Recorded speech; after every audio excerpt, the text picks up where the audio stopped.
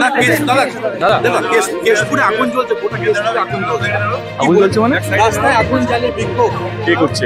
তৃণমূলের নেতৃত্বরা অভিযোগ করছে বিজয়ী প্রার্থী যে তার গাড়ির সামনে আগুন জ্বালিয়ে গোটা কেশপুরে বিক্ষোভ করছে।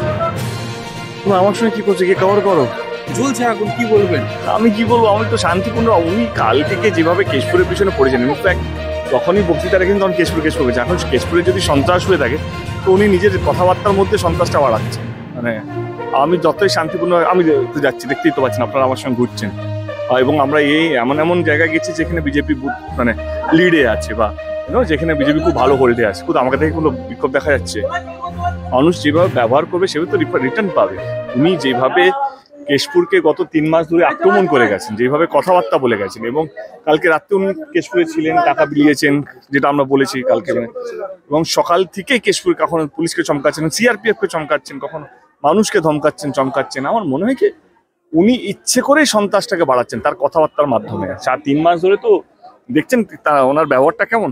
এই ব্যবহার নিয়ে যে কোনো নির্বাচনে দিন মানে সেটা সন্ত্রাস তৈরি করার একটা চেষ্টা, এবং উনি হেডলাইনে থাকতে চান। উনি বুঝে গেছেন এই ঘাটালে উনি খুব বাজেভাবে হারছেন, এবং সেই হারটাকে উনি কোনো মেনে নিতে পারছেন না, এবং সেই জন্য এই উচ্চবাচ্য কথা বলে আরো বেশি সন্ত্রাস করছে, যাতে কালকে বলতে পারে এই সন্ত্রাসের জন্য আমি হেরে গেলাম।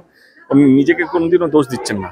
উনি যেভাবে ব্যবহার করছেন, যেভাবে কথাবার্তা বলছেন, যেভাবে আচরণ করছেন, সেটা সত্যি মানে দুঃখজনক। এবং আমরা 10 বছর ধরে কেশপুরকে আগলে রেখেছি, শান্তিপূর্ণভাবে রেখেছি, একটা কিছু হতে দিইনি।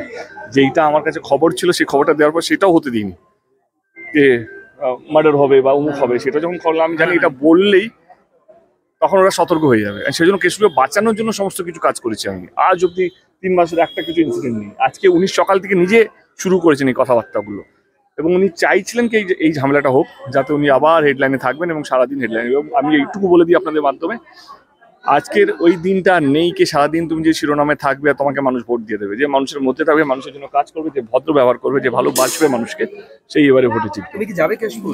যাবো, অফকোর্স যাবো, 100% যাবো। 18 বছর ফার্স্ট ভোটার। দেখো চলো চলো ওইখানে চলো, ওইখানে চলো, ওইখানে। এই যে আচ্ছা 6 ফার্স্ট ভোটার।